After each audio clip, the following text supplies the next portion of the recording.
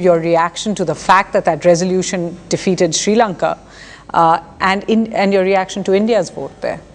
It's not good for Sri Lanka, and I personally am very sad that this came to this state of affairs, but I'm rather bewildered why we should have allowed it to come to this.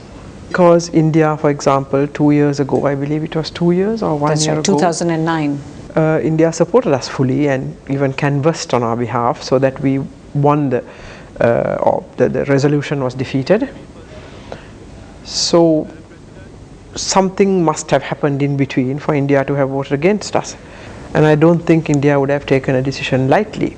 In fact, do you think the government has done enough when it comes to not just convincing the world on human rights abuses, but actually working on the ground there? Much more can be done for reconciliation, for physical reconstruction. It's 3 years since the war ended. One of the ministers today has in fact said that India's vote dealt a killer blow to relations between India and Sri Lanka. Do you think that's the case?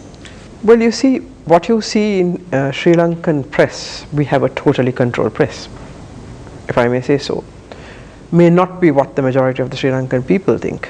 And India has not, in the recent past, tried in any way to obstruct Sri Lanka's policies and programs and governments. And I know personally that, well, this is a publicly known thing, that India has been asking for a political settlement of the Tamil people's problem. And I have always held this view that ending the war does not bring peace by itself.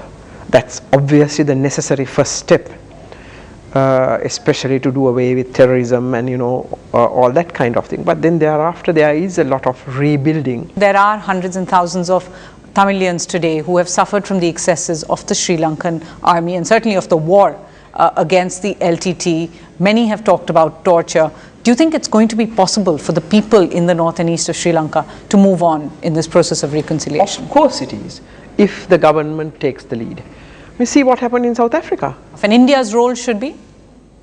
India's role should be to help us to encourage our government to move forward in this way, and India is doing that very effectively, but well, one has to listen.